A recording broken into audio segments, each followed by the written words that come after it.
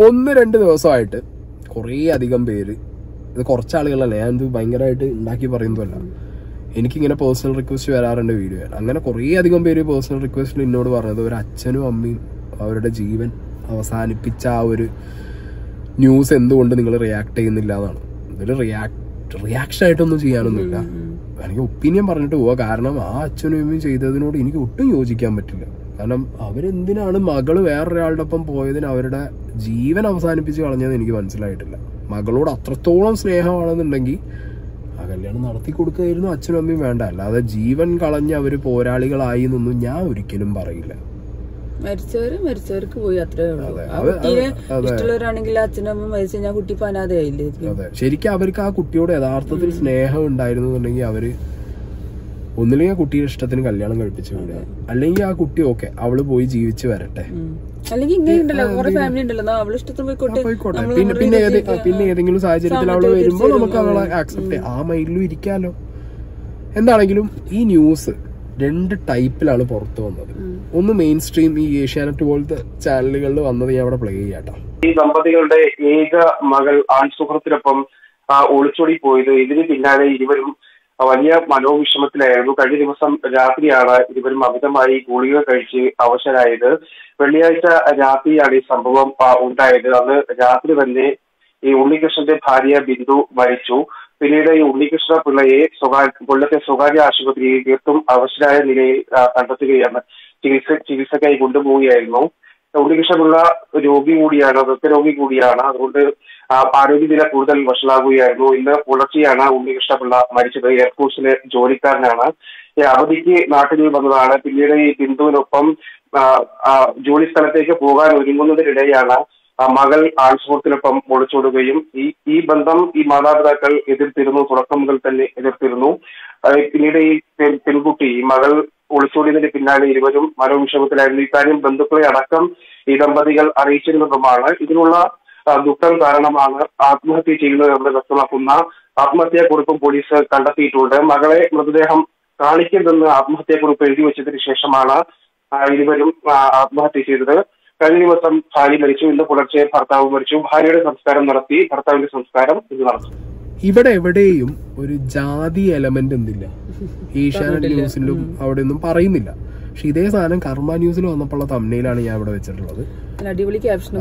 തമ്മിലും ക്യാപ്ഷനൊക്കെ വെച്ച് അതിൽ കുറെ ജാതിയും കുത്തി കയറ്റിയിട്ട് ഇളക്കി വിട്ടു, ആസ് യൂഷ്വൽ കർമ്മ ചെയ്യുന്ന പോലെ. അത് അതേപോലെ കമന്റ് ബോക്സിലും നമുക്ക് കാണാനുണ്ട്.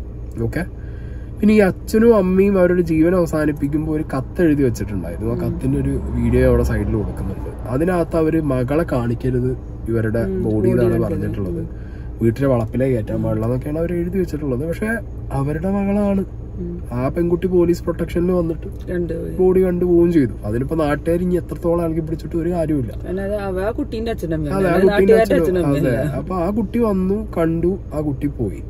ഓക്കെ, പിന്നെ നാട്ടുകാർക്ക് വേണ്ടിയിട്ട് അവർ എഴുതി വെച്ചിട്ടുണ്ട്, ഞങ്ങൾ ആർക്കും പൈസ കടം കൊടുക്കാനുണ്ടായിട്ടോ അല്ലെങ്കിൽ സാമ്പത്തിക പ്രശ്നം കൊണ്ടോ അല്ലെങ്കിൽ ഈ പറഞ്ഞ ആരോഗ്യപരമായിട്ടുള്ള വിഷയം കൊണ്ടോ അല്ല ഞങ്ങൾ ഇത് ചെയ്യുന്നത്, മകള് പോയ സങ്കടത്തിലാന്ന് അവർ എഴുതി വെച്ചിട്ടും.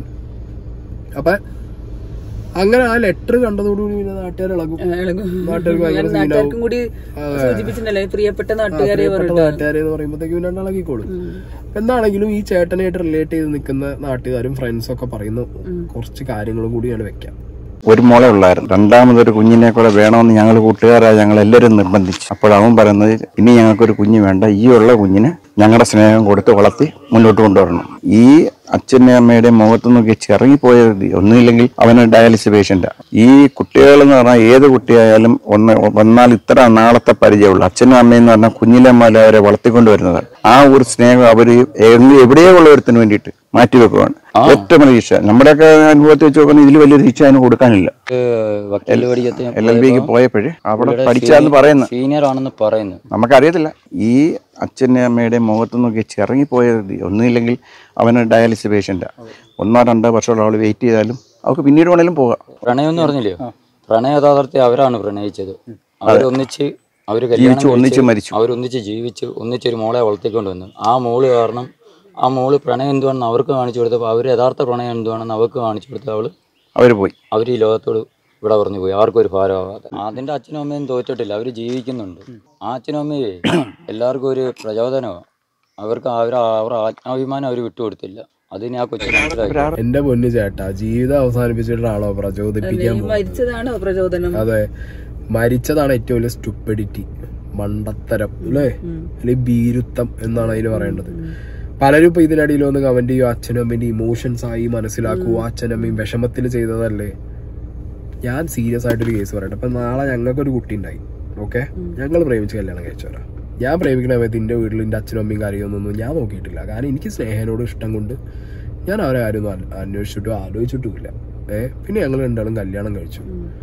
ഞങ്ങൾ രണ്ടാളും കല്യാണം കഴിച്ചപ്പോൾ ഞങ്ങളെ ഫാമിലിക്ക് അങ്ങനത്തെ സീനുകളോ പ്രശ്നങ്ങളൊന്നുമില്ല. അച്ഛൻ കല്യാണത്തിന് വന്നില്ല. അത് ഈ പറഞ്ഞ സീൻ ഉണ്ടായതുകൊണ്ടല്ല, അത് എന്നോടുള്ള പേഴ്സണൽ കുറച്ച് സംഗതികളൊക്കെ, അങ്ങനെ സംഗതികളുണ്ട്. അതൊക്കെ പിന്നെ നിങ്ങൾ വഴിയെ ഞാൻ പറയാം.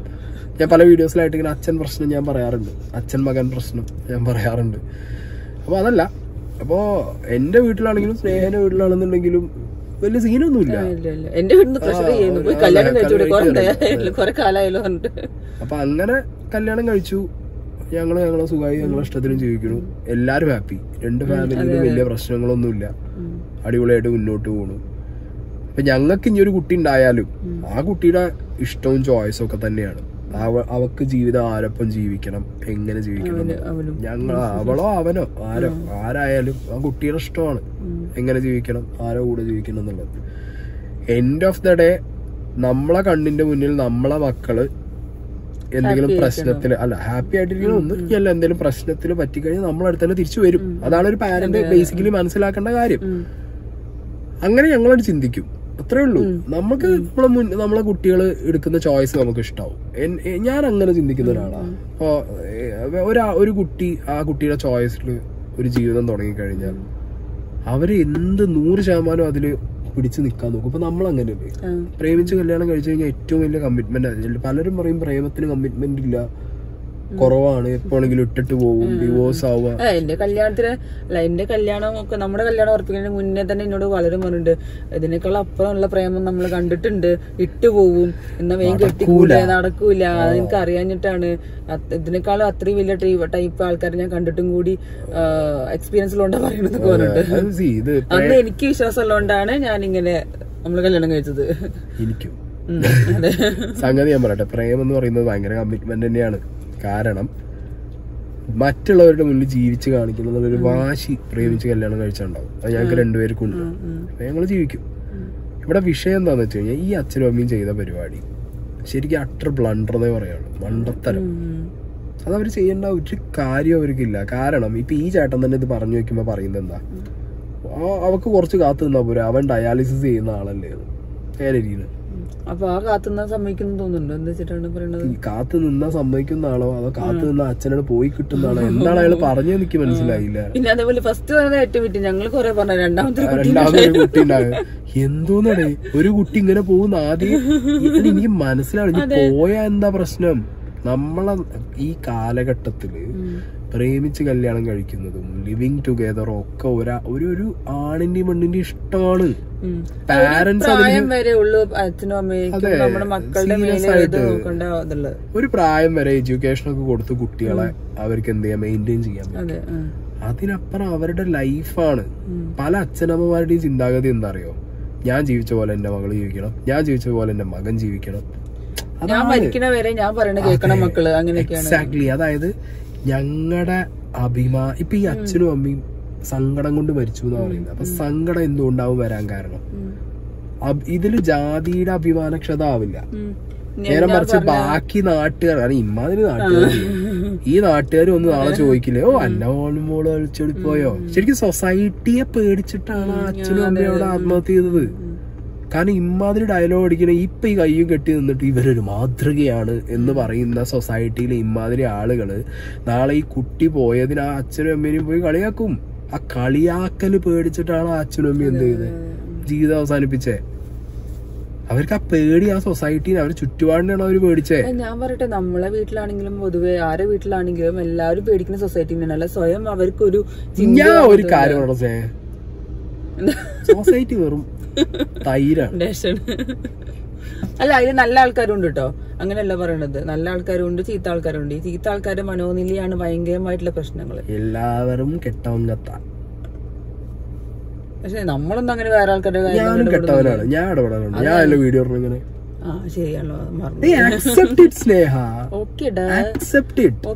അല്ലാതെ നമ്മള് നല്ലവരാന്ന് ജീവിക്കാൻ പറ്റില്ല. വി ഓൾ ആർ പൊട്ട തേടി വേറെ തന്നെയാണ്. അല്ല ഞാൻ പറഞ്ഞല്ലോ, എനിക്ക് ബേസിക്കലി ഇതിലൊന്നും പറയാനില്ല. അച്ഛനും അമ്മയും മരിച്ചതില് ഞാൻ പറഞ്ഞല്ലോ, എനിക്ക് മരണത്തോടൊരു സെന്റിമെന്റ്സ് ഉണ്ട്. ഓക്കെ, അവര് മരിച്ചു, മരണം, അവരുടെ മരണത്തോടൊരു സെന്റിമെന്റ്സ്. അല്ലാതെ അവര് ചെയ്ത പ്രവൃത്തിയൊന്നും എനിക്ക് എന്തുകൊണ്ടാണ് ഇനി ആ പെൺകുട്ടിക്ക് ഉണ്ടാവുന്ന കുട്ടികളൊക്കെ, ഇനി വരുന്ന തലമുറയൊക്കെ ഇത് കേൾക്കണം. ഏത് ഓ നിന്റെ അമ്മ ചെയ്തതിന് നിന്റെ അമ്മയുടെ അച്ഛനും അമ്മയും ജീവൻ ഒടുക്കിയില്ലെന്ന് ഇതേ സൊസൈറ്റി, അവിടെയും സൊസൈറ്റി, അവിടെ ഈ സൊസൈറ്റി തന്നെയാണ്, ഈ തൈരുകള് തന്നെയാണ്. എന്തൊക്കെ ഒരു സങ്കടം ഉണ്ടാവും ആ കുട്ടീന്റെ സുഖമായിട്ട് ജീവിക്കുന്നു. ഞാൻ പറയുമ്പോ ആ കുട്ടി സങ്കടം ഒരു ആവശ്യമില്ല, സുഖമായിട്ട് ജീവിച്ചു, ഒരു വിഷയമല്ല. കാരണം ആ കുട്ടിയുടെ അച്ഛനും അമ്മയും ജീവിതം അവസാനിപ്പിച്ചത് ആ കുട്ടി പോയ സങ്കടത്തിലല്ലാന്ന് എനിക്ക് 100% ഉറപ്പ്. അവര് ജീവിതം അവസാനിപ്പിച്ചത് ഈ നാട്ടില് ബാക്കിയുള്ളവന്മാര് ഇനി എന്ത് പറയും, അവരോട് ഞങ്ങൾ എന്ത് ഉത്തരം കൊടുക്കുന്നുള്ള പേടി കാരണമാണ് അവര്. വേറെ ഒന്നും ഉണ്ടല്ലോ. അതുകൊണ്ട് ആ കുട്ടിക്ക് സുഖമായിട്ട് ജീവിക്കാം, ഒരു പ്രശ്നമില്ല. പിന്നെ ഇവിടെ എല്ലാ അച്ഛനമ്മമാരും ഇങ്ങനെ ചെയ്യാൻ തുടങ്ങി കഴിഞ്ഞാൽ മക്കളെന്ത് കാണിക്കും? മാതൃക അപ്പൊ ഇങ്ങനെ മാതൃക എന്ന് പറയുന്നവര്, മാതൃക എന്ന് പറയുന്ന ഇവരെന്നെ നാളെ ആ കുട്ടി പോയിട്ട് അച്ഛനമ്മയും വീട്ടിൽ ഒറ്റയ്ക്ക് ഇരിക്കുമ്പോ കയറി ചെന്നിട്ട് നിങ്ങളെന്ത് പണിയാ കാണിച്ചത്, മോള് പോയി കഴിഞ്ഞിട്ട് നിങ്ങൾ ഇങ്ങനെ ഇരിക്കുന്നത്, ഹൈഷ് ഇങ്ങനെയാണ് നിങ്ങൾ മാതൃക കാണിക്കുന്നത്. അപ്പൊ അത് മാതൃകയാണോ എന്ന് ചോദിക്കും. സോ ബേസിക്കലി ഒന്നും പറയാനില്ല. അച്ഛനും അമ്മയും മരിച്ച് അവർക്ക് പോയി. ഇനി ആ പേരും പറഞ്ഞ മകളുടെ ബാക്കി എന്താ പറയാ തലമുറ ചെക്കന് അത് അവന് ആ ഒരു സങ്കടം ഉണ്ടാവണം എന്ന് പറഞ്ഞത് മരിച്ചു കഴിഞ്ഞാൽ ആ കുട്ടീനെ കാണാൻ സമ്മതിക്കരുതെന്ന് പറയാൻ എന്താ. അല്ല ഞാനൊരു വീഡിയോയിൽ കണ്ടിരുന്ന എന്റെ പ്രിയപ്പെട്ട നാട്ടുകാരെ പറഞ്ഞപ്പോ നാട്ടുകാർക്കൊക്കെ ഭയങ്കര ഇതായി പോയി. ഓ ഞങ്ങളൊക്കെ പ്രിയപ്പെട്ട നാട്ടുകാരെ പറഞ്ഞു എന്നുള്ളൊരു ഒരു വിചാരം വന്നു എല്ലാവർക്കും. ആ മകളെ കാട്ടി തരാതിരിക്കാൻ ഇവർക്ക് എന്താ വലിയതുള്ളത്? ആ കുട്ടീന്റെ അച്ഛനും അമ്മയല്ലേ അവരുള്ളത്. അത് പ്രിയപ്പെട്ട നാട്ടുകാരെ എന്നൊക്കെ പറഞ്ഞത് എന്താവും അറിയണക്ക് പേടിച്ചിട്ട് പറഞ്ഞു, പേടിയോണ്ട് പറഞ്ഞോ അത് തോന്നുന്നു. എന്നാണെങ്കിലും കൊള്ളാം. അച്ഛനമ്മമാരൊക്കെ ആണെന്നുണ്ടെങ്കിൽ മക്കളെ ഇഷ്ടം നോക്കുക മാക്സിമം. മക്കളോട് നിങ്ങൾക്ക് സ്നേഹവും ഇഷ്ടം ഉണ്ടെന്നുണ്ടെങ്കിൽ അവരവരുടെ ഇഷ്ടത്തിന് വിടുക. ഞാൻ പറഞ്ഞല്ലോ, അവരവരുടെ ഇഷ്ടത്തിന് വിടുക. ഇനി അവരെ നമുക്ക് ആവശ്യം ഉണ്ടെന്നുണ്ടെങ്കിൽ അവര് നമ്മുടെ അടുത്തേക്ക് തന്നെ വരും. അത്രേ ഉള്ളൂ. ഇപ്പൊ എനിക്ക് എന്റെ ഫാമിലിക്ക് പോകണം തോന്നിയാലോ, സ്നേഹന്റെ ഫാമിലിക്ക് പോകണം തോന്നിയാലോ വലിഞ്ഞു കയറി നമ്മൾ ചെല്ലും. അത് ആക്സെപ്റ്റ് ചെയ്യണോ വേണ്ടെന്നുള്ളതൊക്കെ അവരുടെ താല്പര്യം. വലിഞ്ഞു കയറി നമ്മൾ ചെല്ലും. കാരണം end of the day blood relation is blood relation. Okay, അതിന് എന്ത് ഡിഫറൻസസ് ഉണ്ടായാലും നമുക്കൊരു ഇപ്പൊ ഞാനും സ്നേഹിയും ഹസ്ബൻഡ് ആൻഡ് വൈഫാണ്. പക്ഷെ സ്നേഹം ഇടയ്ക്കിടയ്ക്ക് പറയാറെന്താ അറിയോ, ഞാൻ എന്റെ അച്ഛൻ്റെ അമ്മേൻ്റെ അടുത്ത് പോകും. അല്ല അത് blood relation is blood relation, അതങ്ങനെയാണ്. അതിപ്പോ പറഞ്ഞു മാറ്റാനൊന്നും പറ്റുന്നില്ല. ബ്ലഡ് ചോരയെ വാട്ടർ. ആ അതെ, അങ്ങനെയൊക്കെയാണ്. ഓളോളെ ഫോണില് ബ്ലഡ് അമ്മ ബ്ലഡ് അച്ഛനൊക്കെയാണ് സേവ് ചെയ്യാറ്. അങ്ങനെ എഴുതുന്ന ആളെ ഞങ്ങൾക്കറിയാം. പിന്നെ ഒരു ദിവസം വീഡിയോയിൽ വെക്കാം. Blood Jio, blood Airtel. അപ്പൊ ഒന്നും പറയാല്ലേടി, അവര് കാണിച്ച വണ്ടത്തരം, പ്രചോദനല്ല വണ്ടത്തരം. ഇത്രേ പറയാനുള്ളൂ.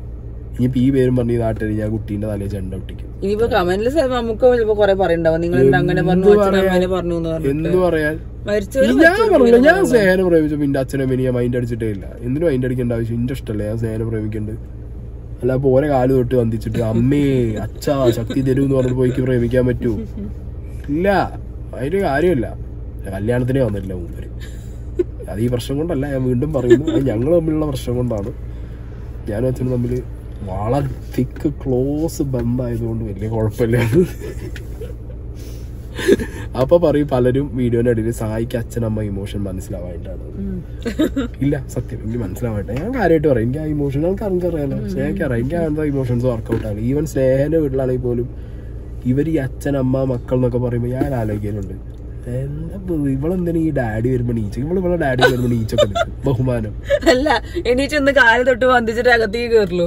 അങ്ങനെ കണ്ടിട്ടില്ല. അങ്ങനെ ചെയ്യാം. അങ്ങനെ പറയില്ലേ? ഞങ്ങൾ പേടിച്ച് മാറി വാതിലിന്റെ പിന്നെ ഞാൻ പറയാറുണ്ട്. അല്ല പറയുന്നുണ്ട് ഭയങ്കരാണോ അതൊക്കെ? നമുക്ക് കളയാവുന്നില്ലടേ. അതെന്നെ ബഹുമാനല്ലേ ഒന്നും. ഇന്നോട് ഇഷ്ടണ്ടോ?